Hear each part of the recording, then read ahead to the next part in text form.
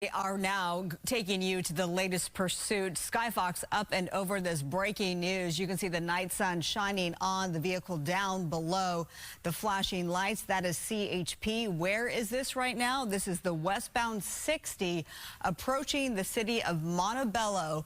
Speeds of over 100 miles per hour. That is how fast that this suspect is driving. We are working to confirm some information that we're hearing. We're hearing this started in Riverside County. We're hearing that this is a Dodge Durango. Again, unconfirmed, but we are working to get those facts confirmed for you as we zoom in, and you can see it looks to be a black SUV. It very well could be a Dodge Durango. Again, westbound 60. Fortunately, traffic is light. Now, we are hearing that they are going to be attempting to throw out those spike strips, to deploy spike strips at Atlantic Boulevard. That is where I believe we are approaching, and that would be in the Montebello area. If, in fact, those spike strips work, you know then that this could very well bring that to an end. But it is very tricky to bring these high-speed pursuits to a close, even given that the fact that it's almost 11 o'clock at night, given the conditions,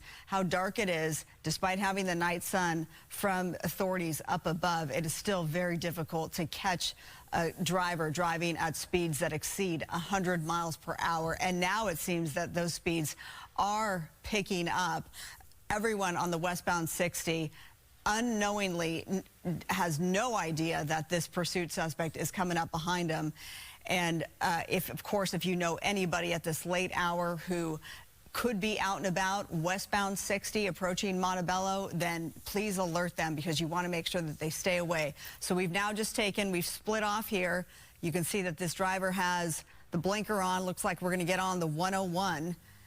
And it looks to also have tinted windows. Again, this is just my vantage point from inside the studio here. Sometimes you at home actually have a better view given our monitors here in the Fox 11 studio. But I'm doing my best.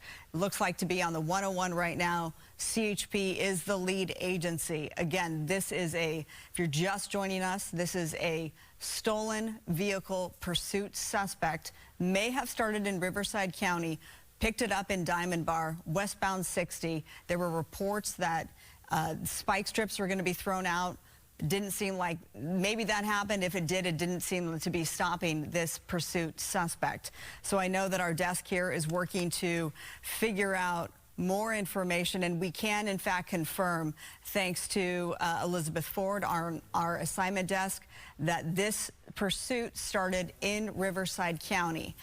And it looks, if we can get a location, because typically we have our extreme nav technology. Unfortunately, we don't have that up right now, so I'm just following along with you at 101 North at Cesar Chavez Boulevard. That is where we are right now, and you can see more vehicles there on this Thursday evening at 10:49 as we approach the 11 o'clock hour. So a little heavier traffic here. Obviously, the driver is having to slow down. We have confirmed, again, that this started out of Riverside County. Now we're all the way here in LA County, so it's been covering dozens of miles, and it could be a Dodge Durango. Now, of course, if you're law enforcement, they always assume the worst. They assume that this person is armed. We don't have that information, but they always assume that this person is armed. They always assume that there's more than just the driver inside the vehicle, as now literally threading a needle here, passing through these unsuspecting drivers. 101, last check, was Cesar Chavez, obviously well beyond that. And now we're in the downtown area, as the CHP seems to be backing off a little bit because the speeds have dropped down. We were hearing well above 100 miles per hour. As I'm getting some more information to bring you. Still 101 North, San Pedro, and now we're splitting off, it looks like. These things, as you know, they can last a very long time. When we talk about how do we bring pursuits to an end, we've seen a lot of people even run out of gas. We've seen people jump out of the car to foot bail, as that's the phrase that we use. We see spike strips deployed, and we see the pit maneuver.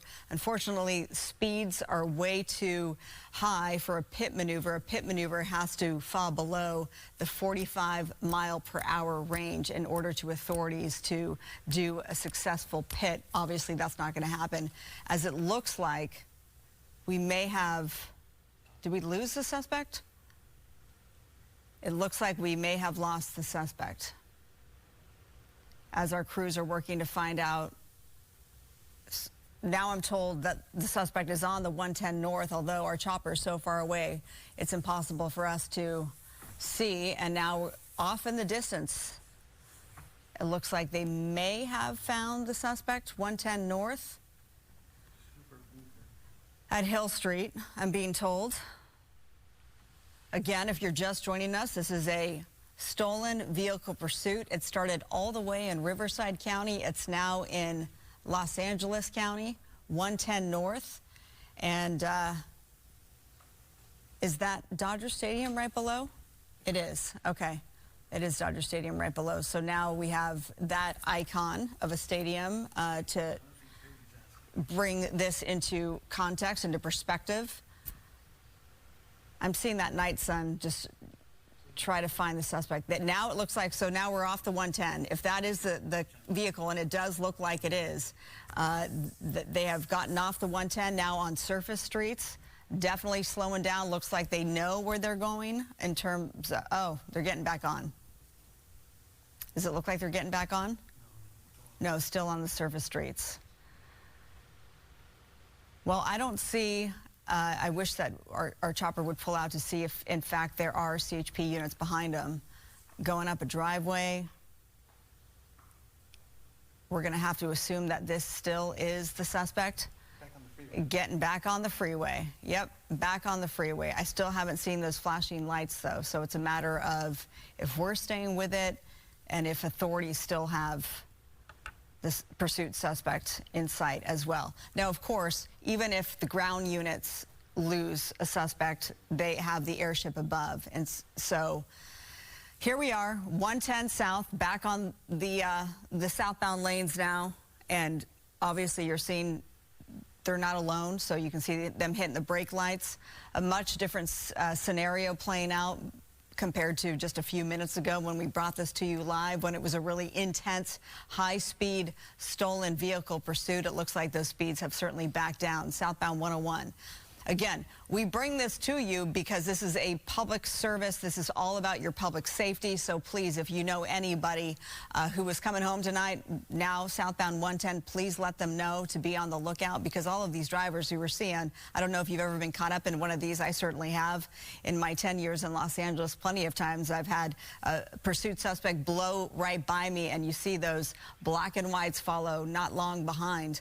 So, and it's a very scary thing, but you should always just move over to the right. Do not try and be a hero, because you can end up making things worse. That's always what law enforcement tells us. Now, speaking of, let's get an expert here to help me out. Tim Lynn, a police expert formerly. I remind us of the agency that you spent a lot of time working for, Mr. Lynn, and please welcome to our coverage. What do you make of what we're seeing here?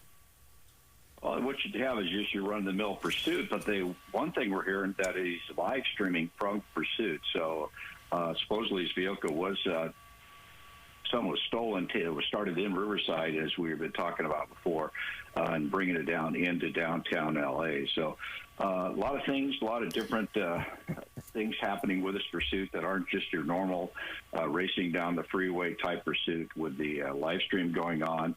And then with the multiple agencies involved in this now, getting into the downtown area is very difficult for the helicopters as well. Getting into the large buildings, you can see with Skyfox right now going through the big buildings here. So it's going to be hard for them to keep track of this as he works through what we call the downtown slot. So right now it's just a matter of staying with the suspect, trying to keep units in the area.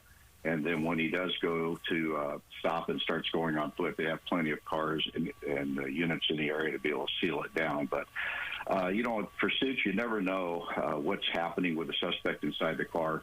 Why are they running? Is it just a straight stolen? Have they done some other kind of crime that you don't know of while you're chasing them? So at this point now, it's just a matter of trying to stay with him.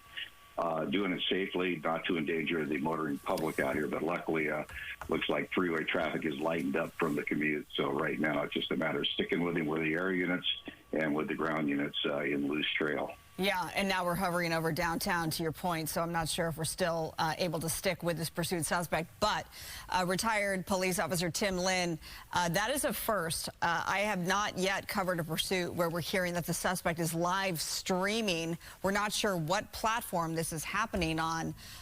In all of your years, I mean, social media ultimately is a relatively new thing, let's just say. Have you ever heard of that? No, I have not seen a pursuit where the driver is actually live streaming while they're going on. I've seen people streaming it as it goes by when it gets into the neighborhood and does the U-turns and runs around the different neighborhoods. I've seen them do that, but not the actual suspect. And as I'm looking here watching the Skyfox here working with the LAPD area units over downtown, there, as you can see, their night sun is moving around. They were driving blacked out, and it doesn't take much to lose a vehicle in those buildings there.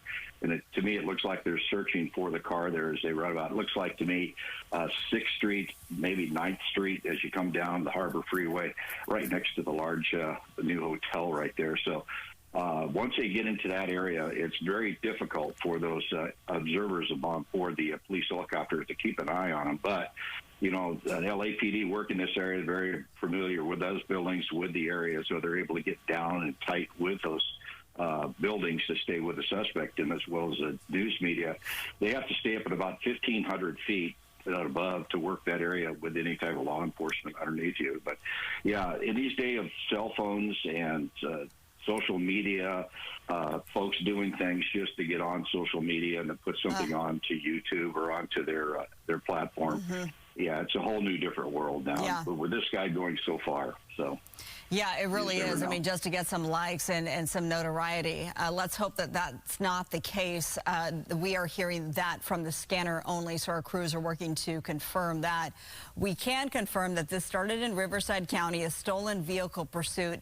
And we're now also learning that the vehicle may have originally been stolen from Los Angeles. So sort of a zigzag from Riverside County to back to LA, which makes sense as we're zooming overhead, doing a 360 here with Skyfox. This is the downtown Los Angeles area. You can see crypto.com and the freeway system off in the distance, as it seems that we may have lost our pursuit suspect. When we picked it up, it was on the westbound 60. Speeds exceeded 100 miles per hour, wound its way down to the Los Angeles area. Now we're hearing that law enforcement on the ground, those ground units, have also lost that pursuit suspect. We're hearing it was a Dodge Durango, potentially stolen from the city of Los Angeles. It started in Riverside County.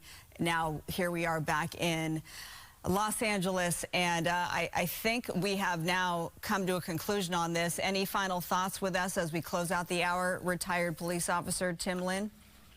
It's just one of those things that happens when you have a vehicle being surveilled from the air unit and ground unit staying loose.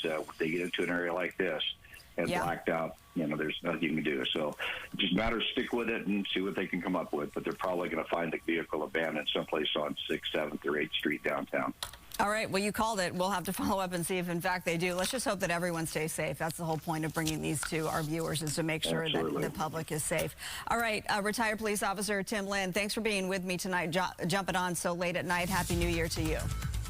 Happy New Year.